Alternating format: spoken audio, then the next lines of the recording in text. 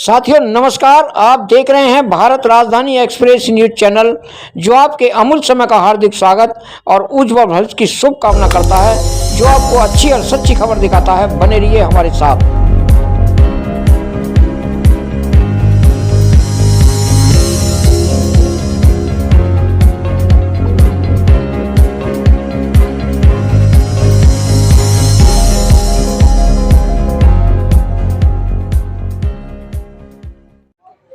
साथियों नमस्कार, मैं भारत राजधानी एक्सप्रेस न्यूज चैनल दिल्ली से राजकुमार सिंह की रिपोर्ट। तो देखिए, यहाँ पर आज एक बच्ची का जन्मदिन है जिसका नाम हिमांशु है और उनके पिताजी और उनकी मम्मी खड़ी हुई हैं और ये खटीक समाज से हैं। तो हम जानना चाहेंगे, साहब ये आपके अंदर कैसी प्रेरणा आई जो आज भगवान बुद्ध के अनुयायी बनते जी को यहाँ पर वंदना के साथ में आपकी बच्ची का जन्मदिन मनाया गया। आप क्या चाहते हैं, क्या चाहते हैं? हमारा मकसद कुछ और नहीं है, सिर्फ एक ही है कि लोगों को जागरूक करना और सच्चाई के साथ चलना, मानवता के प्रति यानी कि पूरी तरह से खड़ा रहना, ये सबसे बड़ा हमारा उद्देश्य है। और हम जातीय व्यवस्था में बिल्कुल भी विश्वास नहीं करते, जैसा कि आपने बताया, क्योंकि जाति नहीं, ये उपजाति है। जाति मायने से क्या होती है, जाति का मतलब लोग नहीं समझ पाते। जाति वो होती है जो अपना वर्क होता है। हम पेशे से डॉक्टर हैं, तो हमारी जाति अगर कोई बात करता है तो हमारी जाति डॉक्टर की है, चिकित्सक की है। बाकी हम अनुसूचित जाति से हैं, जो यानी कि संवैधानिक प्रक्रिया है उसके हिसाब से हम अनुसूचित जाति से हैं, और वैसे हम समान। आप बुरा नहीं मानोगे तो हम आपसे क्वेश्चन करना चाहते हैं कि आपकी जो बच्ची का जन्मदिन मनाया गया और यहाँ पर भगवान बुद्ध के अनुयायी भंते जी आपने बुलाए हैं, तो आप सारे पूरे इस भारत के अंदर पंडित जी लोग हैं, आप उनको क्यों नहीं बुलाया? हम जानना चाहेंगे आपसे। देखिए, एक व्यवस्था होती है, एक तो ऐसी व्यवस्था होती है जो गोबर के ऊपर खड़ी होती है। ठीक है सर। जैसे जैसे कि मान लीजिए, सपोज करो मकान बनाए, अभी मकान बनाया है हमने, अभी मान लो सपोज करो मकान बनाया है और उसकी अगर नींव मजबूत नहीं रखते हम, ठीक है, और एक अंधभक्ति में, अंधश्रद्धा में हम यानी कि उसकी नींवें ऊपर ही रख देते हैं और गोबर के ऊपर ही नींवें रख, जैसे कहावत है कि गोबर के ऊपर नींव रख देते हैं, तो निश्चित तरीके से वो एक ना एक दिन गिर जाता। ठीक उसी तरह से व्यवस्था है कि जिसमें कोई सच्चाई हो, जिसमें हर प्रत्येक मानव का कल्याण हो, चाहे वो किसी भी वर्ग से हो, किसी भी धर्म से हो, किसी भी उपजाति से हो, किसी भी जाति से हो, मानवता का कल्याण होना चाहिए, वहाँ वर्क करना चाहिए। इसीलिए तथागत बुद्ध को चुना, क्योंकि तथागत बुद्ध की वजह से आज इतने देश, 96 तकरीबन देश हैं जो आज तरक्की पर हैं, जो पूरी तरह से तरक्की पर हैं, जिनको देशों का नाम नंबर 1 पे आता है, वो सिर्फ बुद्ध की वजह से है। तो इसका मकसद एक ही था और कुछ नहीं था हमारा, क्योंकि लोगों की गलत सोच है। जो लोग यहाँ पर, जो महिलाएं लोग, कुछ जो महिलाएं, मतलब अभी अष्टांगिक बुद्ध वंदना का प्रोग्राम रहा, जो अष्टांगिक बुद्ध वंदना में एक दिन भी आए, उनके समझ में आ गया कि आखिरकार धर्म क्या होता है। धर्म का मतलब ये नहीं है, मजहब नहीं है। धर्म का मतलब ही ये होता है कि यानी कि अपने अंदर की सारी बुराइयों को, जो गलत कामों को त्यागना, अच्छे कामों को लाना, और यानी कि अपने आप को सही बनाना, अपने आप से जो भी कमियां हैं, जो अपने आप को स्वयं को देखना, इसी को धर्म कहते हैं। ये आपके अंदर कहाँ से प्रेरणा आई? हाँ, ये सब प्रेरणा बाबा साहब की बुक्स पढ़ने से और तथागत बुद्ध की बुक्स से। बहुत बहुत धन्यवाद। आप कुछ कहना चाहोगे? बाबा साहब और गौतम बुद्ध के विचारों से मैं बहुत प्रेरित हुई, क्योंकि मुझे ये लगता है कि बाबा साहब ने जो विचार दिए थे उसमें मानव और सबको एक समान बराबरी का हक दिया था, उसमें कोई छोटा बड़ा नहीं था। सबसे पहले आप किसको पूछते थे, कैसे मतलब धर्म को अपनाते थे? बाकी तो मैं वही व्यवस्था थी शुरू से ही। हम देखिए, बेटी हिमांशु है, हम जानना चाहेंगे बेटे, हिमांशी है, हम जानना चाहेंगे बेटे, आपको ये धर्म के उससे जो आपके जन्मदिन मनाया गया, आपको कैसा लग रहा है? मुझे अच्छा लगा। इवन बचपन से ही हमारे गौतम बुद्ध के विचार सुनते आए हैं, तो उस चीज़ से हम ज़्यादा अट्रैक्ट हुए हैं। तो यस। तो आपने किताब पढ़ी या मम्मी पापा के संस्कार से आए? Mummy papa. धन्यवाद। देखिए साहब, यहाँ पर हिमांशी का परिवार खड़ा है और यहाँ पर सभी का ये कहना है कि हमें भगवान बुद्ध, बाबा साहब को पढ़ने से भगवान बुद्ध की हमारे अंदर भावना प्रकटित हुई है। तो हम बहुत बहुत धन्यवाद कहते थे और ये खटीक समाज से हैं। आनी चाहिए, हमें घर में रहकर हर व्यक्ति को कुछ ना कुछ काम करना चाहिए। हमें इस बात को समझना चाहिए कि अगर हम मेहनत करेंगे, परिश्रम करेंगे, तो इससे हम भी बढ़ेंगे, हमारा घर भी बढ़ेगा, समाज भी बढ़ेगा, देश भी बढ़ेगा। एक व्यक्ति मेहनत करता है, 1000 रुपए कमाता, तो ये वो अकेला कमा रहा है, उसके साथ पूरा मोहल्ला कमाता है। उस 1000 रुपए को खर्च भी करता है, दुकानों पे से सामान लेके आता है, वो व्यापारी बढ़ता है, उस सामान को खरीदता तो टैक्स भरता है, वो टैक्स के कारण देश की आय बढ़ती है, देश की संपत्ति बढ़ती है। ये मत सोचो आप घर के अंदर 500 रुपए, 1000 रुपए, 2000 रुपए कमा कर लाए तो केवल आपकी आय बढ़ती, वो देश की आय बढ़ती है, राष्ट्र का निर्माण होता है। लेकिन राष्ट्र का निर्माण तभी होगा जब कर्म के सिद्धांत को हम अपनाएंगे और अपने आप को ताकतवर व मजबूत बनाएंगे। इसलिए उपासक और उपासिकाओं, हमें अपने आप को मजबूत बनाए रखने के लिए कर्म के सिद्धांत को लागू करना है और केवल 3 बातों को अपने जीवन में पालन करना है। पहला, 5 नियम जो बताए जाते हैं पंचशील, उनका पूर्णता के साथ पालन करना। इसलिए क्योंकि वो रुकावटें हैं, अगर 5 दिन का विरोध करते हैं तो वो रुकावटें हैं हमारे आगे बढ़ने। क्यों? क्योंकि अगर व्यक्ति शीलवान है तो थोड़ी कमाई में भी बचाया जा सकता है।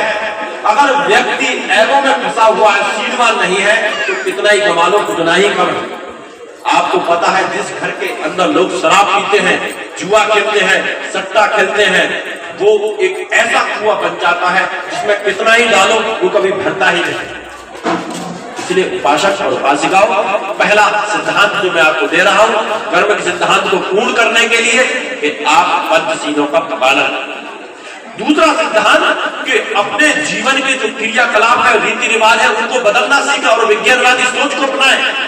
और विज्ञानवादी सोच क्या है कि अपने घर के जो क्रियाकलाप है, जो संस्कार है, वो सभी केवल और केवल बौद्ध परंपरा के अनुसार योग्य बौद्ध गुरुओं के हाथों से ही कराएं, ताकि बौद्ध गुरु जब आए वो केवल कर्मकांड ना करें बल्कि उस समय से संबंधित आपको कुछ ना कुछ सिखा कर जाए। जुलूस में घूमते हैं, जुलूसों में शामिल होते हैं, आंदोलनों में शामिल होते हैं। क्यों होते हैं? क्योंकि हमारे पास काम नहीं है। बेकाम का व्यक्ति जो काम नहीं करता वही तो इस तरह के दिनों में फंसता है। जो व्यक्ति कामकाज वो कहाँ जाएगा? उसे तो अपने काम से मतलब है। इसलिए हम सबको चाहिए कि हम इस तीसरी बात को अपने जीवन में शामिल करें कि हम अपने समय को बेकार करने की बजाय अपने आप को मजबूत करने में समय को लगाएं। आर्थिक रूप से मजबूती, धनवान बने, शारीरिक रूप से ताकतवर और मजबूत बने, सामाजिक रूप से मजबूत बने और मानसिक रूप से अपने आप को मजबूत बनाए। ये 3 सिद्धांत, ये 3 नियम जो बुद्ध ने आज से 2500 वर्ष पूर्व इस समस्त मानव जाति को दिए थे, वही 3 सूत्र मैं आज आपको इस अंतिम समय पर, आपको समापन के समय पर पकड़ा रहा हूं। मुझे पूरी आशा है, उम्मीद है कि आप निश्चित रूप से इन 3 सिद्धांतों को पकड़ेंगे और आप प्रयास करेंगे कि आप भी जो है इन 3 बातों को अपने जीवन का हिस्सा करें, अपने जीवन का भाग करें। किसी और के लिए नहीं, किसी पर एहसान करने के लिए नहीं, अपने परिवार के, अपने बच्चों के लिए। क्योंकि आप सब जानते हैं परिवार ठीक है तो सब ठीक है, परिवार ठीक नहीं तो सब बेकार है, सारी दुनिया बेगानी है। जिस घर के अंदर माता पिता प्रेम के साथ ना रहते हैं, जिस घर के अंदर माता पिता का सम्मान आदर बच्चे ना करते हैं, जिस घर के अंदर ऐप पलते हो, नशाखोरी होती हो, जुआखोरी होती हो, वो घर कभी अच्छा घर, सुख से भरा हुआ घर नहीं हो सकता।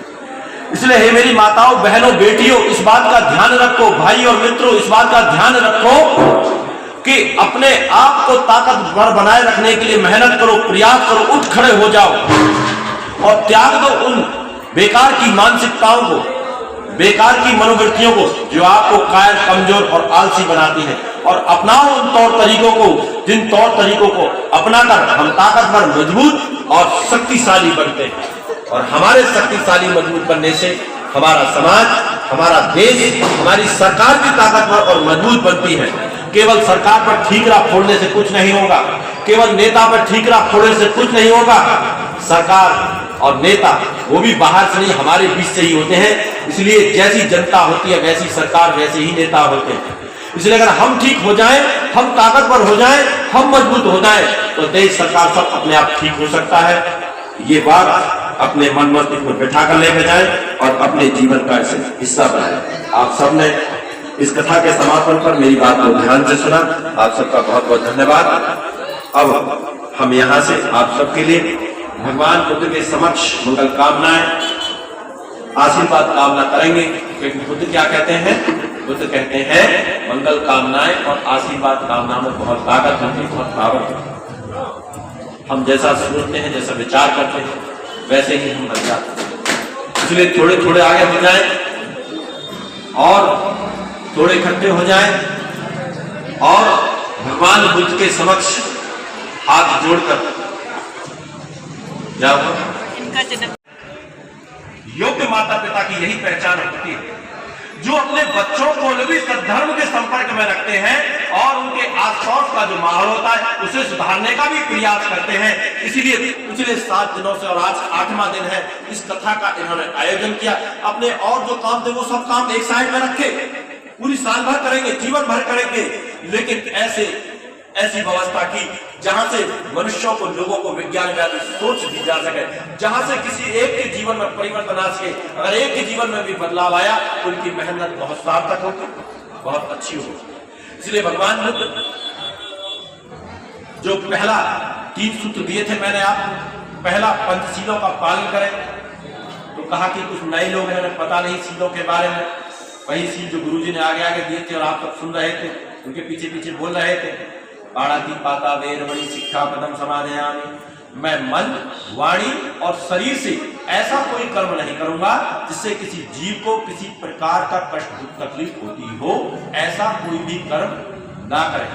वो जीव चाहे मनुष्य हो, चाहे पक्षी हो, चाहे पशु हो और चाहे जमीन पर रहने वाला कीड़ा ही क्यों ना हो, बिना कारण किसी के साथ कोई भी हानि ना हो। तो फिर क्या करें? बुद्ध क्या कहते हैं? तो बुद्ध कहते हैं सबके साथ मैत्री करें। तो आप 7 दिन यहाँ आए थे और अंत में हम सब जो है सभ्यता करते। तो मैं हिंदी में आपको बुलवाता था कि जैसे मैं सुखपूर्वक रहना चाहता हूँ, वैसे इस धरती के सारे जीव सुखी रहे, सबके सुख की कामना करते थे। इसलिए जैसे मैं हूं वैसे ही आप सब हैं, जैसे ही आप सब हैं वैसे ही अन्य लोग हैं। तो सबके प्रति मैत्री का भाव रखें। मैत्री का भाव रखने से फिर हम किसी को कष्ट नहीं पहुंचाते। दूसरा चीज बता दें, बुद्ध कहते हैं अदन्न दाना वेरमणि सिक्खापदं समादयामि। बुद्ध कहते हैं कि जो चीज आपकी नहीं है उसे ग्रहण ना करें, अर्थात चोरी ना करें, छीना झपटी ना करें, धोखेबाजी ना करें, लूटपाट ना करें, ठगी ना करें। तो क्या करें? तो बुद्ध कहते हैं गृहस्थ हो, सन्यासी नहीं हो, गृहस्थ हो तो देने के बारे में, क्योंकि मांगने वाला भिखारी होता है और देने वाला सम्राट होता है। इसलिए बुद्ध चाहते थे दुनिया में सम्राटों का जन्म हो, भिखमंगों का जन्म नहीं होना चाहिए। इसलिए इस भिखमंगे को अपने दिमाग से निकालो और देने के बारे में सोचो कि हमने इस दुनिया को क्या दिया। हम मोबाइल इस्तेमाल करते हैं, टीवी इस्तेमाल करते हैं, एसी इस्तेमाल करते हैं, गाड़ी इस्तेमाल करते हैं, ये माइक मैं इस्तेमाल कर रहा हूँ, वस्त्र पहनते हैं, हमने कुछ बनाया? कुछ नहीं बनाया हमने। हम बाजार गए, चीज खरीद कर ले आए और इस्तेमाल कर रहे थे। लेकिन क्या उनके प्रति हमारे मन में थोड़ी सी भी कृतज्ञता नहीं है कि हम कुछ दें भी? तो बुद्ध कहते हैं गृहस्थ हो तो इस दुनिया को बेहतर बनाने के लिए कुछ ना कुछ देना भी चाहिए। इसलिए उपासक और उपासिकाओं, तीसरा शील बताते हुए बुद्ध कहते हैं कामे सुमिच्चाचारा वेरमणि सिक्खापदं समादयामि। पर पुरुष और पर स्त्री की तरफ बुरी भावनाएं, बुरी दृष्टि ना रखें। सदैव जो सारी सुधाएं उन्हें चाहिए, एक पत्नी व्रत और एक पति व्रत का पालन करना। अगर आप शादीशुदा नहीं हैं तो ब्रह्मचर्य का पालन करना। बुद्ध तो यहां तक भी कहते हैं घर से जब बाहर निकले और आपके मन के अंदर अगर बुरी वृत्ति पैदा हो, ध्यान से सुने, आपके मन के अंदर बुरी वृत्ति पैदा हो, कैसी वृत्ति? कि अगर आप स्त्री हैं तो पर पुरुष को देखकर आपके मन में गलत ख्यालात पैदा हो, और अगर आप पुरुष हैं तो पर स्त्री को देखकर आपके मन में बुरी बातें पैदा हो, बुरे विचार पैदा हो, बुरी वृत्ति पैदा हो। तो थोड़ा सा होश में आए और होश में आकर इतना जांच लें कि सामने वाला जो व्यक्ति खड़ा है ये तुम्हारा भाई है या तुम्हारी बहन है, बस इतना करें। और अगर यहाँ मेरी बहन होती और कोई तीसरा व्यक्ति इनके खिलाफ ऐसी बात कर रहा था, सोच रहा होता, कमेंट पास कर रहा होता, तो कैसा लगता, कैसा होता? मुझे कैसा लगता, मेरी बहन को कैसा लगता, मेरे भाई को कैसा लगता? जिस दिन आप इस होश को अपने अंदर जगा लेंगे तो ये जो समस्याएं महिलाओं के प्रति जो अपराध के रूप में होती हैं, ये समस्याएं अपने आप ही समाप्त हो जाएंगी। और चौथा शील बताते हुए बुद्ध कहते हैं मूसावादा वेरमणि सिक्खापदं समादयामि। मुख से झूठ ना बोले, गाली गलौज ना करें, चुगली चपाटी ना करें, व्यर्थ की बात ना करें। तो फिर क्या करें? सच बोलना सीखे, सच बोलना सीखे, सच को स्वीकार करें, सच को आत्मसात करें, सच के साथ रहना सीखें, दूसरों का आदर करें, दूसरों का कभी निरादर ना करें। जो जिस प्रकार से तुम्हारे लिए तुम्हारा सम्मान आवश्यक होता है, वैसे ही सामने वाले का भी सम्मान आवश्यक होता है। इसलिए सदैव दूसरों का आदर करें, दूसरों के साथ प्रेम के साथ बात करें, मधुभाषी होकर बात करें, अच्छे शब्दों का चयन करें। मोहल्ले, पड़ोस, रिश्तेदारी में, जान पहचान में, रिश्तेदारी में कहीं कोई दुर्घटना घट जाती है तो कभी उनका मजाक ना उड़ाए, मखौल ना उड़ाए, मिर्च मसाले लगाकर उसे मोहल्ले में परोते ना फिरें चुगलियों के रूप में। क्योंकि ध्यान रखना, बुद्ध ने कहा था कि मनुष्य जैसे कर्म करता उसका फल वर्तमान और भविष्य में उसे भोगना ही पड़ता है। आज उसकी बारी है तो कल तेरी बारी है। और ध्यान रखना, जितना मजाक उसका उड़ाया जा रहा है उससे दूना तेरा उड़ाया जाए। इसलिए इस बात का ध्यान रखें। और पांचवा और अंतिम नियम बताते हुए बुद्ध कहते हैं, सुरा मेर मध्य प्रमाद खाना वेर मणि सिक्का पदम समाने आमी। ना तो स्वयं किसी भी प्रकार के नशे का सेवन करना है, ना ही नशा करने में किसी अन्य व्यक्ति की मदद करनी है। बीड़ी, गुटखा, पान, तंबाकू, शराब, ड्रग्स, बियर, ऐसा कोई पदार्थ, ऐसा कोई द्रव्य, ऐसी कोई भी वस्तु जिसे चखने से, सूंघने से, पीने से नशा होता हो, वह सब पाप ही पाप है, वह सब अकुशल ही अकुशल है। नशा करने से मनुष्य और ज्यादा बेहोशी को प्राप्त होता है और उस बेहोशी के कारण बुरे से बुरा कर्म करने में भी वो जरा सी भी लज्जा महसूस नहीं करता। इसलिए उपासक और उपासिकाओं, ये पांचवा और अंतिम नियम है जिसमें बुद्ध कहते हैं ना तो स्वयं किसी भी प्रकार का नशा करें और ना ही नशा करने में कभी किसी अन्य व्यक्ति की मदद करनी ही नहीं। इसलिए ये 5 चीजों का सदैव ध्यान रखें और अपने जीवन को बदलें। भगवान बुद्ध के समक्ष हिमांशु के लिए मंगल कामना करेंगे, आशीर्वाद कामना करेंगे और आप सब शांत और एकांत मन के साथ शोर शराबा नहीं करेंगे। केवल घोर ससेन मारम दानादिनम मेदिना जित्वा मुनीतो तं तेजसा भवतु ते जया मंगलानी। जिन भगवान बुद्ध ने हथियारों से धारण किए हुए शेष भुजा वाले नामक हाथी पर चढ़े हुए अत्यंत भयानक महासेना को अपने दान आदि धर्म के बल से जीत लिया हो, उन भगवान बुद्ध के प्रताप से आपका भगवान मारा तिरेक्य मवयोजन्य साबराति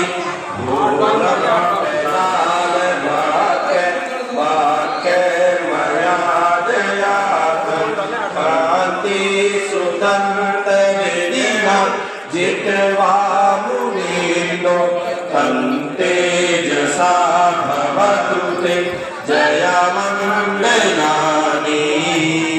जिन्होंने मां के लिए सारी रात संग्राम करने वाले, घोर दुर्गा से कठिन हृदय वाले आलोक नामक यक्ष को सहनशील संयम के बल से जीत लिया, उन भगवान बुद्ध के प्रताप से आपका नालागिरी कदवरन अतिमात भूतम कावा विचाकर्म शरीर सुदारुणंतम बेकम बुसेक विदिना जित्वा मुनीन्दो तं तेजसा भवतु ते जया मंगलानी।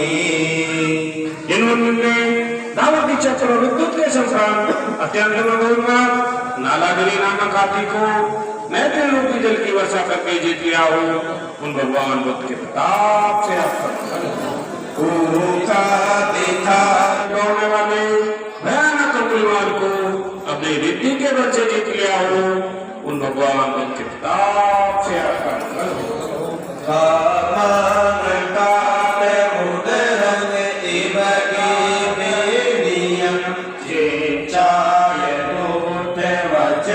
हाथ जोड़कर खड़े होंगे, जो जहां है वहीं हाथ जोड़ ले और भगवान बुद्ध के समक्ष जिनको सभ्य सत्ता आती है वो हमारे साथ साथ बोले, जिनको नहीं आती है या तो बोलने का प्रयास करें, नहीं तो शांत रहें। सभे सत्ता सुखी होन्तु, सभे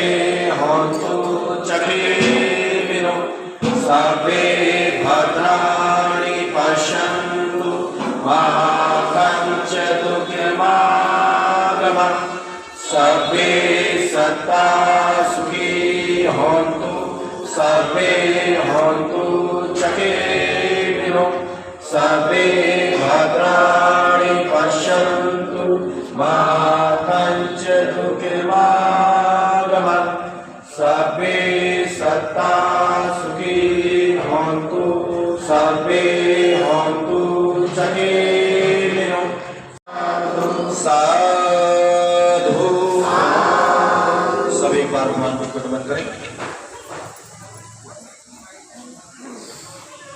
सभी सुखी रहे, सभी का भला, सभी का मंगल, सभी की सुखद मुक्ति, सभी सुखी रहे, सभी सुखी रहे, सभी सुखी।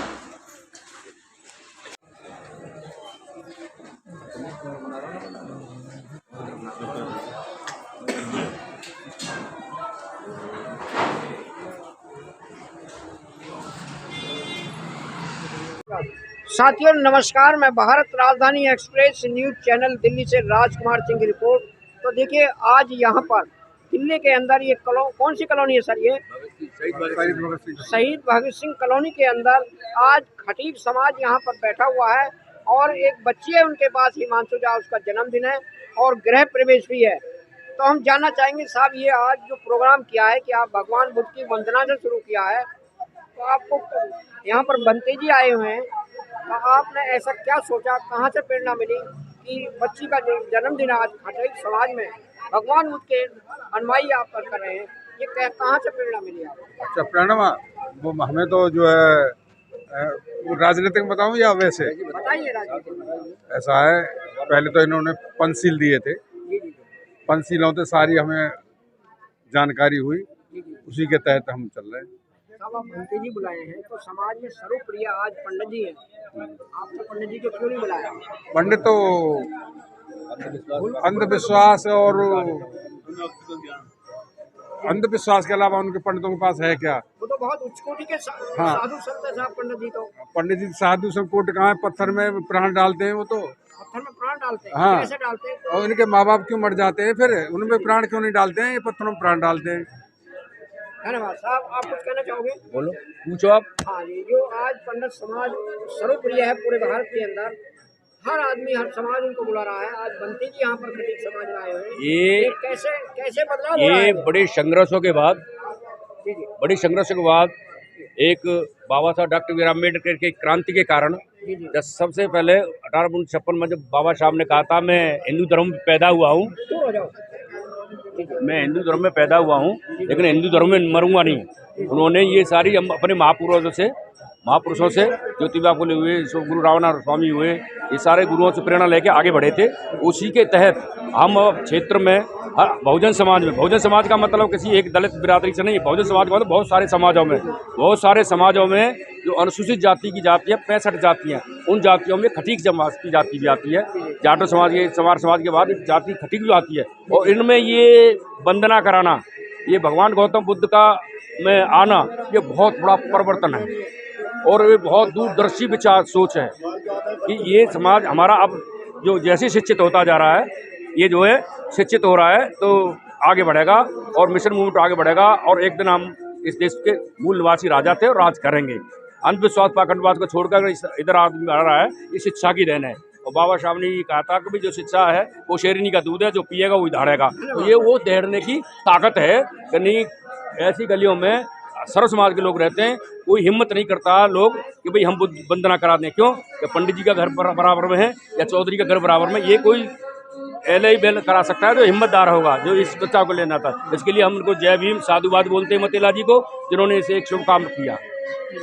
देखिए साथियों, आज इन्होंने सर ने आपका शुभ नाम जानना चाहिए। महेंद्र सिंह बेदड़क। महेंद्र सिंह बेदड़क जी ने कहा है कि पाठंगवाद है, अब पंडितों के अंदर पाखंडवाद है और पत्थर की मूर्ति में जान डालते हैं, हम उनको बिल्कुल नहीं मानते। आज हम भगवान बुद्ध की वंदना से भगवान बुद्ध के अनुयायी हैं, हम इससे बच्ची का जन्मदिन मनाएं और गृह प्रवेश करें। सर आप कुछ कहना चाहोगे आप इस विषय में? भगवान बुद्ध बौद्ध धर्म क्यों मनाते हैं? भगवान बुद्ध के जो धर्म में क्या विशेषताएं जो आज मना रहे हैं? पूरी दुनिया पंडितों को बुला रही है, ब्राह्मणों को बुला रही है। ब्राह्मण समाज में जो ब्राह्मणवाद है उसमें कोई समानता नहीं है। अच्छा। भगवान बुद्ध धर्म जो बौद्ध धर्म बनाया है उसमें समता, जातिवादी समता बराबर है, इसमें कोई पक्षपात नहीं है और समानता का अधिकार है सबके लिए, इसलिए बौद्ध धर्म मनाया जाता है। यह है, जातिवाद कुछ नहीं है। ऊपर है। सर आप कुछ कहना चाहोगे जो आज बच्ची का जन्मदिन मनाया जा रहा है, भगवान बुद्ध के अनुयायी बंसल जी को बुलाया है, पंडित जी को क्यों नहीं बुलाया, हम जानना चाहेंगे आप। बौद्ध धर्म में पंडित जी का काम नहीं है। क्यों नहीं है काम, और जो सर्वोपरि है भारत के उनका अंदर। काम नहीं है, अंधविश्वास और पाखंडवाद के सिवा उनके पास कुछ नहीं है। धन्यवाद। सर देखिए यहाँ पर खटीक समाज है और यहाँ पर बहुत भगवान बुद्ध के अनुयायी हैं। हम जानना चाहेंगे जो बीजी सुधा जी हैं जो समता सैनिक दल में कार्यरत हैं, हम जानना चाहेंगे साहब ये बंते जी को क्यों बुलाया। बंते जी को हाँ जी, ये धम्माचार्य है, सही मायने में अच्छा काम किया है इन्होंने, भिक्षु का काम नहीं है।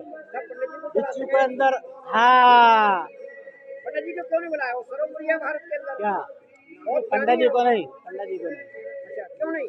भिक्षु के लिए ये चीज शोभा नहीं देती है।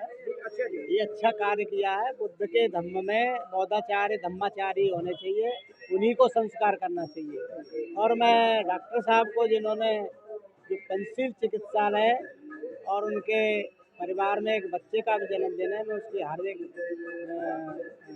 संवेदना है, मतलब हार्दिक स्वागत करता हूँ। उनका बहुत अच्छा कार्य किया है कि ऐसा कार्य होता रहना चाहिए जिससे कि धम्म का प्रचार हो। धन्यवाद। जो आज बच्ची का जन्मदिन है और बंते जी बुलाए हुए हैं। जी, मैं सबसे पहले करुणा के सागर सम्यक से बुद्ध भगवान बुद्ध को चरणों में नमन करते हुए और अंधे को आंख, गूंगे को जबान, कस्तूरबा गांधी को सिंदूरदान, महात्मा गांधी को प्राण देते हुए परम पूज्य बोधिसत्व बाबा साहब डॉक्टर अम्बेडकर की कोट की ओर चरणों में नमन करते हुए, भगवान बुद्ध के चरणों में नमन करते हुए, सर जी आज हम लोग बौद्ध धर्म अपना रहे हैं, अपनाए हुए हैं और हमारा घर वापसी का मामला चल रहा है। आज हम लोगों को सदियों से गुलाम बनाया गया था, हजारों साल से। आज हम लोग बौद्ध धर्म अपना रहे हैं, बौद्ध धर्म के फिर से शामिल हो रहे हैं। आज हमने कम से कम 15 साल पहले हिंदू धर्म को त्याग कर बौद्ध धर्म डॉक्टर अम्बेडकर झांसी रोड में पूरे परिवार सहित बौद्ध धर्म को ग्रहण किया था। क्या खास विशेषताएं मिली बौद्ध धर्म में।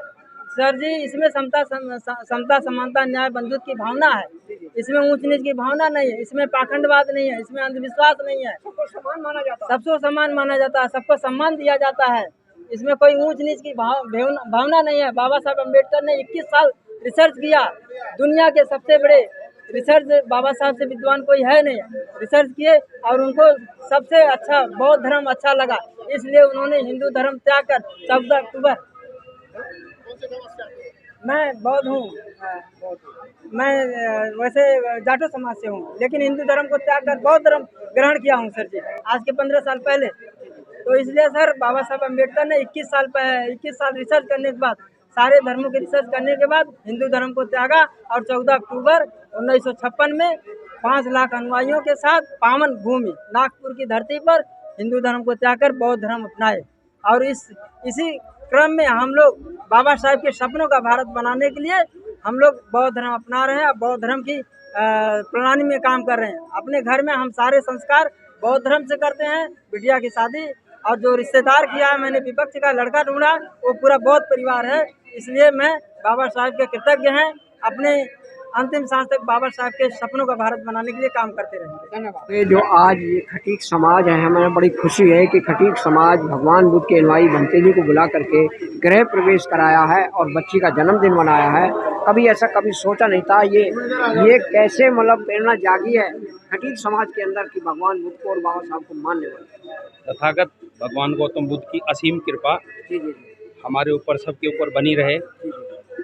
और वैसे तो हिंदुस्तान का बहुत पुराना और सबसे बड़ा धर्म है ये, जिसको कुछ लोगों ने कथित लोगों ने देश के बाहर कर दिया था। लेकिन अब हमारे लोग, एससी समाज के लोग और एससी समाज से बाहर के लोग भी, बहुजन समाज, सब ज़्यादातर हम जो है तथागत धर्म के शरण में जा रहे हैं। इनकी जो ऊर्जा है हमें दिन प्रतिदिन ऊपर उठाने का कार्य करती है। और जब कोई दलित समाज धर्म की शरण में आता है बहुत बड़ी खुशी होती है, समाज का बहुत भला होता है। ये वैज्ञानिक धर्म है। इस धर्म में कोई भी व्यक्ति कोई हीन भावना से काम नहीं करता है, सबको सम्मान और समान दृष्टि से देखने के लिए वो अग्रसर रहता है। और मेरा मानना ये है कि हमारे जो दबे कुचले लोग हैं, जो दबाए सताए लोग हैं, वो बुद्ध की धम्म में आकर अपना उद्धार कर पाएंगे, ऐसी मेरी मनोकामना भी है और ऐसा मैं सोचता भी हूँ। सब पूरे भारत में चर्चा है, समाज में, कि सबसे बड़ी ऊर्जा तो जो हमारे देश के पंडित हैं उनमें मिल रही है। आज बौद्ध धर्म में क्या क्या है? ऐसा है, सबसे पहले सबसे पुराना धर्म जो है वो बौद्ध धर्म है, जो इन तथाकथित लोगों ने अपने देश से बाहर निकाल करके देश के कम से कम 100 देशों में तो ये चल रहा है, लेकिन यहाँ पनपने नहीं दिया और पनपते हुए इन्होंने यहाँ से इसे उखाड़ने का काम करा। लेकिन अब हम फिर से क्यों खड़ा गया, क्या कारण था? इनके अंदर सच्चाई थी, ये सच्चाई की बात करते थे, ये कोई भूत और प्रेत की बात नहीं करते थे, ये वर्तमान में जीने की बात करते थे, ये लोगों का भला करते थे, ये देने की भावना की और अग्रसर थे। इनके अंदर मांगने और कुछ वो ऐसी नहीं थी कभी किसी लोग को हम जो सताएं और किसी के साथ हिंसा करें। इनके सारे जो कार्य थे बुद्ध के, तथागत बुद्ध के, वो ऐसे काम थे जो मानव जाति के लिए भले का काम में आने वाली चीज़ें थी। तो पंडितों के अंदर नहीं है ये भावना? पंडितों के लिए अंदर है, लेकिन उन्होंने कुछ चीज़ों को बहुत बढ़ा चढ़ाकर और उसमें बहुत सारी भूत प्रेत ये वो अगड़म जगड़म डाल करके लोगों को डरा करके अपना धंधा बनाया है, अपना धंधा शुरू कर दिया। वो उन्होंने अपने धर्म को धंधा बनाने का काम कर लिया। लेकिन बुद्ध भगवान और बुद्ध धम्म में ये चीज़ें नहीं दिखाई देती। तो और समाज में निकल पाएंगी ये भावना, जो बुरी भावना है पंडितों के प्रति? आहिस्ता आहिस्ता सारी चीज़ें होंगी, क्योंकि एक जब किसी डर को बहुत गहराई तक घुसा दिया जाता है, उस डर को निकालने के लिए बहुत समय लगेगा। हजारों साल की गुलामी एक दिन में पूरी नहीं हो पाती है, लेकिन हमारे साथ बुद्ध हैं और हम निकल पाएंगे, ऐसी हमारी कामना है। तो भगवान बुद्ध के अनुयायी हो आप? हाँ, बाबा साहब के अनुयायी? बिल्कुल। या ये किताब आपने पढ़ी है? ये मुझे अभी मिली है, लेकिन अच्छा। मैं इसे पढ़ूंगा। 38 साल पहले मेरी शादी हुई थी और वो मेरी बुद्ध धर्म से हुई थी। बहुत बहुत धन्यवाद। ये इतना मैं कैसे, मैं करावन नगर रहता हूँ, अमर विहार में, और ये मेन रोड अमर विहार करावन नगर दिल्ली 94 में। चमन सिंह। पीछे जिला बुलंदशहर से, सेगा जगतपुर। किस समाज से आते हो? मैं वैसे तो एससी समाज से आता हूँ, एससी समाज में भी जाटव जाति से आता हूँ। जी जी, बहुत बहुत धन्यवाद। जय भीम, नमो बुद्धाय। डॉक्टर साहब आए बाद में जब सब मंगलम रखन तो सब देता सोनिया दौर से चल करके मास्टर नेक सिंह जी भी आए हैं, इनके लिए बहुत बहुत साधुवाद। टोकी सिंह जी भी आए हैं हमारे, जो मानवता के लिए अनुसूचित जाति कल्याण समिति के लिए कार्य कर रहे हैं, पालन किया जा रहा है अनुसूचित जाति मानव कल्याण की तरफ से। बहुत बहुत साधुवाद, मंगल साधुवाद। बाबा साहब की एक छाया चित्र फोटो हमारे प्रधान जी भेंट कर रहे हैं डॉक्टर साहब के लिए। बहुत बहुत साधुवाद, धन्यवाद।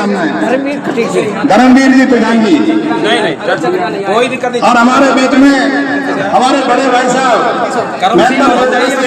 जो राष्ट्रीय समाज में काम करते रहते हैं, वहाँ पे उपस्थित हुए हैं, उन्होंने भी यहाँ पे बिटिया के लिए मंगल कामनाएं दी। राजवीर प्रधान जी बहुत बहुत साधुवाद, मंगल कामनाएं। समता सैनिक दल के ये उपाध्यक्ष भी रहे हैं दिल्ली के, और आज भी कार्य कर रहे हैं समता सैनिक के लिए। दूसरे साथी हमारे सुंदरलाल जी, जो समता सैनिक दल के ब्रजपुर से आए हैं, सैनिक है समता सैनिक दल के, उनके लिए बहुत बहुत धन्यवाद। दूसरे साथी हमारे लालकिशन जी, जो अलीपुर रोड से आए हैं, कृपया यहाँ पे आया और बिटिया के लिए आशीर्वाद प्राप्त करें। एक प्लेट, एक थाल ले ऊपर से।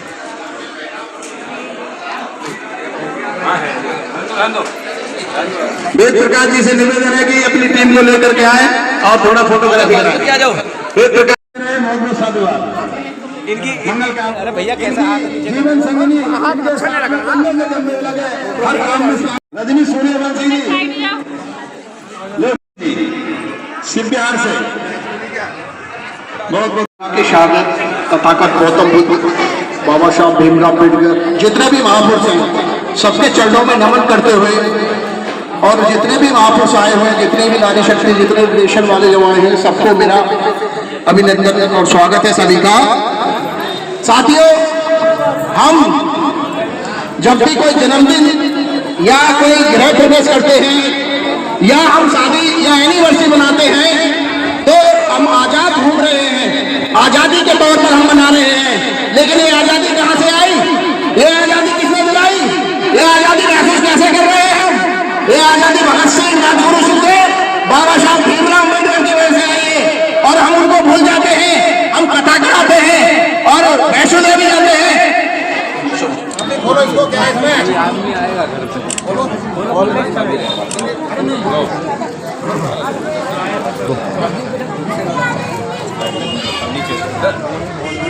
फोटो खींच गया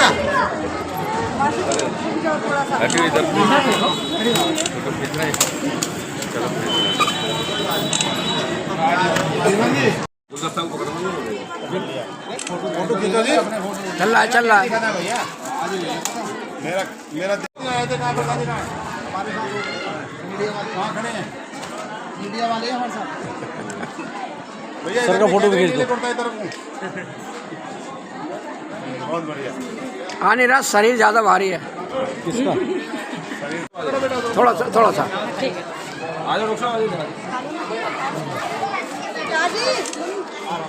पिताजी बीबी जल्दी आओ।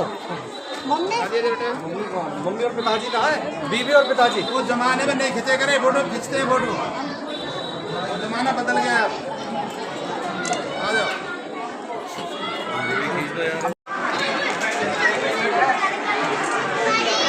देखो, इधर देखो, ठीक है ना।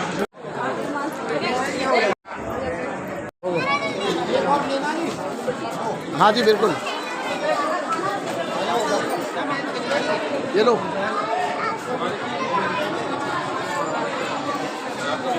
बहुत बढ़िया, बहुत बढ़िया, बहुत बढ़िया। ठीक है सर,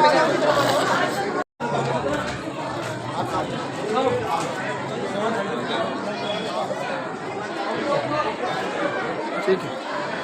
सबसे पहली बात तो यह है कि कोई भी राष्ट्र एक समुदाय का नहीं बन सकता, क्योंकि हमारा जो लोकतांत्रिक देश है ये, जब तक संविधान है तब तक कुछ भी ऐसा नहीं हो सकता है। हाँ, आप संविधान को अलग हटा देते हैं और फिर कहते हैं कि हमने ये हिंदू राष्ट्र बना दिया, तो हिंदू राष्ट्र की डेफिनेशन क्या होगी? संविधान की प्रति जलाई थी कनॉट प्लेस के अंदर। देखो, जो प्रतियां जलाई हैं वो असंवैधानिक है, वो संविधान से कोई लेना देना नहीं है। और इस तरह के लोग हैं बहुत सारे इस दुनिया में कि जो ये चाहते हैं कि उन्माद फैलता रहे लोगों के अंदर। जो आज सीबीआई हमारे बैठे हैं सुप्रीम कोर्ट के अंदर, उनके ऊपर जूता पहनने की कोशिश करी किसी वकील ने, तो इस पर आप कुछ कहना चाहोगे? चलो, मैं आपको ना बहुत पीछे नहीं लेके जाता हूँ। मैं बहुत पीछे नहीं लेके जाता हूँ। मैं देश की आज़ादी से पहले ज्योतिबा फूले का नाम आपने सुना होगा, ठीक है ना। तो उनकी पत्नी थी सावित्रीबाई फूले। उन्होंने महिलाओं के लिए पहला एक एजुकेशन पॉइंट बनाया था, एक स्कूल बनाया था शिक्षा का। तो आप ये बताइए, उन्होंने कोई गलत तो काम नहीं किया था, लेकिन उनके ऊपर भी जब वो शिक्षा देने जाती थी तो असामाजिक तत्व उनके ऊपर कीचड़, गोबर, मिट्टी फेंका करते थे और उनको अभद्र गालियां दिया करते थे। तो ऐसे लोग हैं जो सीजीआई साहब पर फेंक रहे हैं, वो ये चाहते हैं कि एक सीजीआई जिसको हम कहते हैं जूते, मतलब पैर की जूती, वो आज हमारे ऊपर कैसे बैठा है। तो ये लोग इनको बर्दाश्त नहीं करते इस चीज़ को। मगर हम फिर भी कह रहे हैं, without education nothing life. CGI किसी के रहमो करम पर नहीं बने हैं, वो सीजीआई एजुकेशन प्राप्त करके बने हैं। तो द लीजेंड ऑफ बाबा साहब डॉक्टर भीमराव अम्बेडकर, जिन्होंने आज समाज के हर व्यक्ति को, हर तबके को उन्होंने एजुकेशन से जोड़ने का काम करा, इक्वलिटी का काम करा।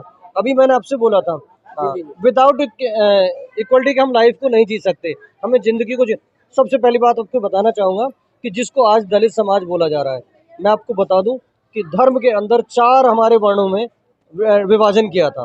पहला वर्ण इन्होंने बना दिया कि ब्राह्मण, दूसरा क्षत्रिय, तीसरा वैश्य और चौथा शूद्र। तो अब मैं ये कहना चाहूँगा कि अगर धर्म के अंदर ब्राह्मण को सर्वश्रेष्ठ मानकर उन्होंने वर्ण बनाया, तो आपका वर्ण ब्राह्मण है या फिर आपकी जाति ब्राह्मण है, या फिर ये पूरा धर्म ही ब्राह्मण है जिसको आप सब पर थोपे जा रहे हो। वो कहते हैं कि नहीं, जो हम कह रहे हैं वही आप करो, जो हम कहते हैं वो आप कहो, जो हम कहें वो सुनो, जो हम कहें जैसा भी वैसा आप करो। सर एक बात बताइए, क्या हमारे अंदर अब साइंस नहीं है क्या? जब से शिक्षा से जुड़े हैं, जब से हमारे अंदर साइंस बदला है, बहुत कुछ बदला है। सर हम जानना चाहेंगे हिंदू और ब्राह्मण में क्या अंतर है? सर बिल्कुल, आपने ये, मैंने जो भी बोल रहा था वही आपने बोल दिया कि जो एक ब्राह्मण वर्ण है, जो ब्राह्मण जाति है, वही धर्म है ब्राह्मण, जिसको हम हिंदू कह रहे हैं। और वो ये कहते हैं कि हमारे बताए हुए रास्ते पर आप चलो। ब्राह्मण खुद करेंगे हम ब्राह्मण हैं, हम हिंदू नहीं है। सर देखिए, अभी मैं इसमें बताता हूँ, आप इसको क्या क्या कहोगे? वैदिक कहोगे, सनातन कहोगे, हिंदू कहोगे, क्या कहोगे? जिस धर्म के नाम हर पग पग पे बदल रहे हैं वो क्या धर्म होगा, बताइए सर। जी जी क्या होगा सर वो? अब ये पूरे देश के अंदर दलित कर रहे हैं कि दलित सीआई आगे, दलित वकील आगे, दलित टीचर आगे, दलित एसएचओ आगे।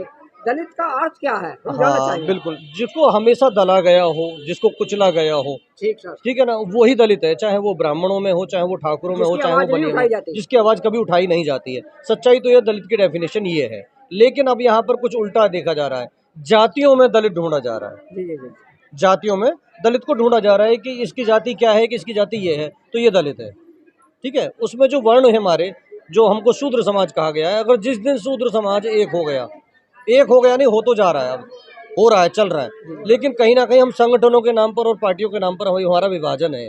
अभी हमारी विचारधाराएं थोड़ी सी बदली हुई हैं, लेकिन जिस दिन भी अगर ये एक हो गया, जिसमें कि हमारे 6743 जातियाँ आती हैं, आप इन 3 जातियों को छोड़ दीजिए, 3 वर्णों को छोड़ दीजिए, आप इसमें से आप ब्राह्मण को निकाल दीजिए, आप वैश्य को निकाल दीजिए, आप इसमें से क्षत्रिय को निकाल दीजिए, बाकी जितना बचा है देश तो उन्हीं का है।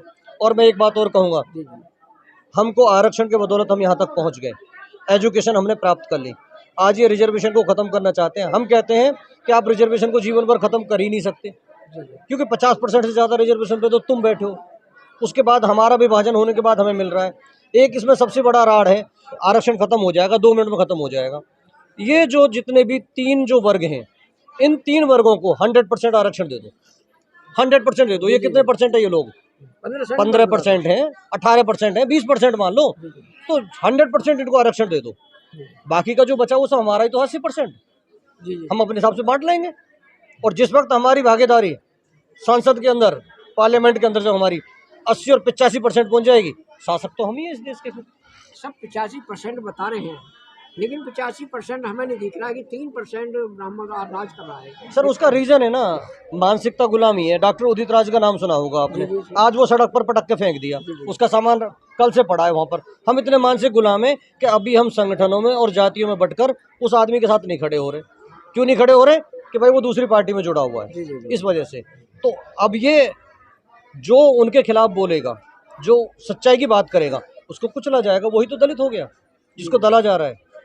डॉक्टर साहब, आपके अंदर ये प्रेरणा, ये भाव है भगवान बुद्ध के, जो समाज के प्रति समता की भावना है, ये आपके अंदर कब से जागी है? सर मैं अभी 4-5 साल से मैं जाटव समाज, जिसको चमार जाति कहा जाता है, मैं उनके बीच में जाना आना शुरू कर दिया हूँ। अच्छा जी। तो मैंने वहाँ पर उनसे कुछ प्रेरणा ली, और वो प्रेरणा लेकर मेरा भी रोंगटे भी खड़े हो गए। तो जाटव समाज जागा हुआ है सर, मैं उसका ऋणी हूँ, मैं ऋणी हूँ सर। मेरा रोंगटे खड़े हो रहे हैं। मैं कह रहा हूँ अगर जाति बदलने का प्रावधान हो तो मैं खटिक जाति को छोड़कर मैं चमार बनना पसंद करूँगा। धन्यवाद साहब, बहुत बहुत धन्यवाद। डॉक्टर साहब ने एक बहुत बड़ी बात कही है कि मुझे जाटव समाज से प्रेरणा मिली और बाबा साहब को पढ़ने से मिली। हमको बहुत बहुत धन्यवाद। हम इनके उज्जवल भविष्य की शुभकामना करते हैं। मैं Rajkumar Singh, BR express news channel, Delhi से। नमस्कार। अभी यहाँ जाना इनकी थोड़ी लेके हमारे ज्ञानी जी चंद्र लोग से आए। अच्छा अच्छा अच्छा, थोड़े ने खाना। हाँ जी सर, ऐसे घुमा दो, जो खाना चल रहा है ना वहाँ तक ले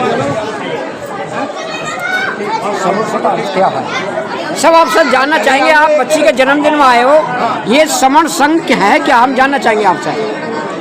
बहुत अच्छा सवाल आपने किया मीडिया जी। मैं सबसे पहले आपका धन्यवाद करूंगा, आपने इस प्रोग्राम के अंदर मेरे विचार सुनने के लिए इच्छा जाहिर की कि समन क्या चीज़ है, नहीं ना। पहले मैं सबसे पहले अपना परिचय दे दूँ। मैं बालकिशन बरनाबाद, खेड़ा खुर्द, दिल्ली का। समन के अंदर SC, ST, OBC और माइनॉरिटी क्रिश्चियन, माइनॉरिटी मॉम्पटन, ये समूह जो है उसको बोलते हैं समन। जी जी। इस समन के अंदर ये सारी कैटेगरीज हैं जो इस बात को दिखाते हैं कि बाबा साहब ने, जो भीमराव अंबेडकर जी ने इस देश को, इस भारतवर्ष को क्या योगदान दिया, क्या आहुति दी और क्या हमें सिखाया, उसके माध्यम से हम इस समन के अंदर अपने लोगों को सबको एकीकृत करना चाहते हैं, जिनके साथ दरंगी और शोषित रहता था, जो आज इस बात की महसूस कर रहे हैं कि हमारा जन संविधान से देश चलता है, ना कि जन मनुवादियों से चलता है। यहाँ मनुस्मृति नहीं चलती। इसीलिए बाबा साहब ने 25 दिसंबर 2027 को मनुस्मृति को दान किया और उन्होंने ये संविधान लिख के इस बात को बताया कि स्वराज हमारा है, हम मूल निवासी हैं, हम भारत के असली मूल निवासी हैं, हमारा अधिकार, हमारा स्वराज, हमारा देश हमारे साथ रहे। इसलिए हम श्रमण इस बात की लिए हमेशा तत्पर रहेंगे कि ये देश सभी नागरिकों का, सभी वासियों का, ना कि देना मनुवादियों का है। मनुवादी किसे कहते हैं सर? मनुवादियों में जो शरण लोग हैं, श्रवण, वो है वमन। वमन के अंदर आते हैं हमारे ब्राह्मण, जिनको पूरा समाज पूजने बताता है ना। दूसरे हैं जिन्हें वैसे जो कि बिजनेस व्यापार के और क्षत्रिय राजपूत जो अपने आप को जिन्हें सुपर मानते हैं वो इक्वल है, क्योंकि बुद्ध अगर श्रमण के बुद्ध को मानता है, बुद्ध के अंदर बुद्ध ने ये कहा मेरा वो धर्म नहीं है, ये धर्म है। इसके अंदर सबसे बड़ी है कि मानव मानव एक समान, सब मानव एक बराबर है, जिन्हें सभी ले, कोई विष्णु के उससे नहीं पैदा हुआ, कोई महेश के नहीं पैदा हुआ, ये पैदा हुए हैं तो एक नारी जननी, नारी जाति से उनसे और उनके माँ बाप के सहयोग के द्वारा ही बच्चे का जन्म होता है, और ना कि और कोई उपस्थिति नहीं है संसार के अंदर। पूरी दुनिया के अंदर अगर कोई इंसान जन्मा है तो नारी से जन्मा है और नारी श्रेष्ठ है। इसलिए हम इस बात को साहब बहुत बहुत धन्यवाद, हम आपको खाने में डिस्टर्ब किया, धन्यवाद। कोई बात नहीं, बहुत अच्छे विचार आपने मेरे से जानने की कोशिश करी, धन्यवाद। ये सारा समाज खटीक समाज से है, तो हम जानना चाहेंगे साहब ऐसी प्रेरणा, मतलब ऐसी जो प्रेरणा है क्यों जागी मन के अंदर? सबसे पहले मैं मीडिया के कर्मचारियों को बहुत बहुत धन्यवाद करना चाहता हूं कि वो यहाँ पे आए और बड़ी अच्छी तरीके से कवरेज कर रहे हैं और लोगों में प्रसारित कर रहे हैं। ये इससे एक समाज को मैसेज जाएगा जिससे कि समाज जागरूक तो होगा। जैसे आज देवेंद्र जी हैं, डॉक्टर देवेंद्र जी हैं, काफ़ी समय से समाज में सेवाएं कर रहे हैं और साथ में ही आज उनके बच्चे का जन्मदिन है और उन्होंने मकान की जैसे उद्घाटन ओपनिंग के लिए गृह प्रवेश किया है, तो बुद्ध वंदना से उन्होंने प्रवेश किया है। तो ये खटीक समाज में बहुत अच्छा मैसेज है और आगे खटीक समाज अम्बेडकर साहब और बुद्ध के विचारों पे चलने के लिए तैयार है और ये समाज में बहुत अच्छा मैसेज जाएगा जिससे कि खटीक समाज भी चढ़ बढ़ के आगे हिस्सा लेगा इसमें, बाबा साहब के विचारों में और बुद्ध के विचारों में। जी जी। तो साहब ये आज ये बच्ची का जन्मदिन मनाया गया, जो भंते जी बुलाए हैं, तो आज सर्वप्रिय है जिस देश के अंदर ब्राह्मण सर्वप्रिय है, उनको क्यों नहीं बुलाया? हम नहीं, ऐसा है कि देखिए बुद्ध जो आपने बुद्ध के अनुयायी हैं जो भंते जी हैं, बहुत सारे लोग हैं खटीक समाज में ही नहीं, मैं बहुजन समाज की बात करता हूँ। बहुजन समाज में बहुत सारे ऐसे व्यक्ति हैं जो भंते ऐसा कुछ करते हैं, जैसे ब्राह्मण हैं हमारे कथा वथा करते हैं, तो ऐसे कोई जैसे हमारे भंते जी हैं ऐसा कुछ करते हैं तो लोगों को नॉलेज नहीं है, लोगों को पता नहीं है। जैसे अब मैं मेरे बहुत सारे विचार हैं, खुशी का टाइम है तो ऐसे नहीं भी बोलना चाहिए, लेकिन अगर समाज में मैसेज जाए तो मैं उससे अगर समाज जागरूक होता है तो कहना चाहता हूँ। आज अगर समाज में डेथ हो जाती है तो हमें मजबूरन ही शमशान घाट में जाके ब्राह्मण के तहत अंतिम संस्कार करवाना होता है, चाहे या ना चाहे, फिर भी वहाँ पे ब्राह्मण समाज का मिलता है। तो ऐसे विचारों पे जहाँ तक भी है, जैसे हमारे भंते हैं, जैसे ब्राह्मणों का जो कार्य है वो उस कार्य के पैटर्न पे अगर बुद्ध के विचारों पे अगर हमारे भंते जी चलते हैं, जैसे हमारे पर्सनल शमशान घाट भी होने लगे जहाँ पे हमारे अम्बेडकरवादी या बुद्धवादियों के अंतिम संस्कार होने लगे, तो मैं मानता हूँ कि समाज में बहुत जल्दी सुधार आएगा। आज अगर देवेंद्र जी को पता चला है कि बुद्ध वंदना हो सकती है, अगर मैंने मकान बनाया है तो मैं मतलब कि कथा ना करा के ब्राह्मण से ब्राह्मण कांड ना करा के मैं बुद्ध वंदना कराता हूँ, तो उनको नॉलेज है इसलिए उन्होंने कराया है। मैं बहुजन समाज में कहता हूँ कि बहुत सारे लोग ऐसे हैं जिनको नॉलेज नहीं है, ठीक है, तो नॉलेज की कमी है हमारे बहुजन समाज में। अगर नॉलेज हो जाएगी तो छोटे से लेके कुछ लोग हैं जो जानते हैं और कोशिश भी कर रहे हैं समाज को जागरूक करने के लिए, लेकिन उस लेवल पर नहीं हो पा रहा है। जैसे लोग कहते हैं 85% 85% में कितने लोग जागरूक हैं?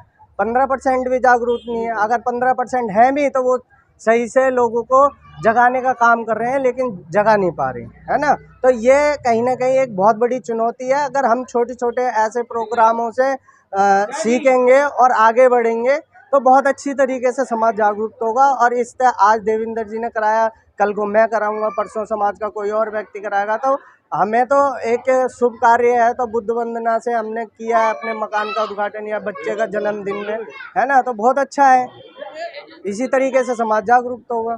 देखिए साथियों, आज हमारे भाई साहब ने बताया कि ये बहुजन समाज जागरूक है और हर प्रोग्राम में हर समाज या कोई भी समाज हो, भगवान बुद्ध के अनुयायियों को बुलाया जा रहा है और भगवान के पहुँचे तो सारा ऐसी समाज भगवान बुद्ध के अनुयायियों को और भगवान बुद्ध के भक्तों को यहाँ पर बुलाया जा रहा है। और भी भाई हम जानना चाहेंगे सब ऐसी भावना कैसे जाग रही है समाज के अंदर। थोड़ा सा आप इधर हो जाओ, इधर से। सबसे पहले हम पत्रकार महोदय जी को धन्यवाद करता हूं और नमन करता हूं, जो हमारे देवेंद्र जी के प्रोग्राम में आप लोग आए और हम लोगों को कवरेज कर रहे हैं। हम लोग डॉक्टर भीमराव अंबेडकर के सिद्धांतों के पर चलते हैंगे और जो बाबा साहब ने हमें शिक्षा दी है उसके असूलों के अनुसार हमें अपनी समाज में सारे कार्य करने हैं। और जो आज हमारे डॉक्टर देवेंद्र जी ने अपने मकान का उद्घाटन किया हैगा, अपनी बच्ची का नामकरण किया हैगा, उसमें हम सब लोगों को बुलाया और गौतम बुद्ध भगवान की मूर्ति लगा के उन्होंने हम लोगों को दिखाया कि आप लोग भी गौतम भगवान बुद्ध की प्रेरणा लो और आप लोग जागरूक बनो और शिक्षा संघर्ष करो, तभी आपका कल्याण हो सकता है। तो हम सब लोग आज शपथ लेते हैं कि हम बुद्ध भगवान के नियमों के अनुसार अपने सारे कार्यक्रम करवाएंगे और बाबा साहब के हर एक बात का पालन करेंगे। जय भीम, जय भारत। बुद्ध के अपनी वंदना के साथ में करेंगे। हमने ब्राह्मण समाज को त्याग दिया है, ये कह रहे हैं, ऐसा ही है सर? सर, जो हमारे समाज में पढ़ा लिखा व्यक्ति होगा हम उसी से अपना कार्य करवाएंगे। जय भीम, जय भारत।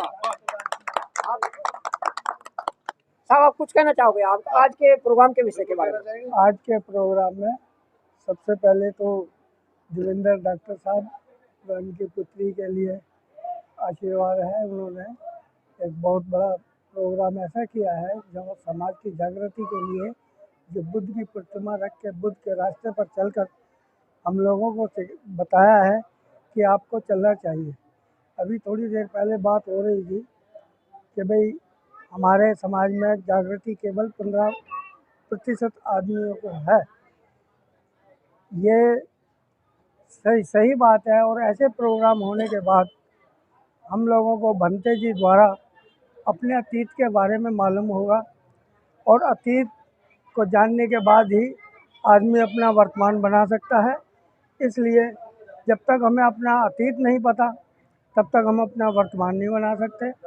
और अगर ये प्रोग्राम हमारे समाज में होने लगा, इसकी तरक्की होने लगी, तो हम लोगों को अपना अतीत पहचानने के लिए, जब तक हमें अपने अतीत का नहीं पता चलेगा तब तक हम संघर्ष नहीं कर पाएंगे। अतीत से ही हमको ज्ञान पैदा होगा। छोटा ज्ञान, अधूरा ज्ञान हमारा ही दुश्मन होता है, हमको भटका देता है। सही कह रहे हो साहब। तो इसीलिए हमारे को ऐसे प्रोग्रामों में जाना चाहिए और अपने अतीत की जानकारी ले करके अच्छी तरह से फिर अपने बच्चों को भी अतीत बताना चाहिए, तभी तो बच्चों में भी जागृति होगी। होता क्या है कि हम लोग थोड़ी सी ऐसी आराम में आने के बाद अपने अतीत को भूल जाते हैं और भूलने के बाद हम स्वयं अपने बच्चों को पीछे डाल देते हैं। जब तक हम अपने अतीत को खुद नहीं जानेंगे, अपने बच्चों को नहीं समझाएंगे, अपने समाज को नहीं समझाएंगे, तब तक जागृति पैदा नहीं होगी। जय भीम। धन्यवाद साथियों, आज की वीडियो में इतना ही। अगर आपने हमारे चैनल को सब्सक्राइब नहीं किया है तो हमारे चैनल को सब्सक्राइब करें, लाइक करें, कमेंट करके बताएं कि हमारा वीडियो आपको कैसा लगा। जय जवान, जय किसान, जय विज्ञान, जय भारत के लोकतंत्र की, जय भारत के संविधान की, जय भीम, नमो बुद्धाय। सारे जहां से अच्छा भारत देश हमारा। नमस्कार।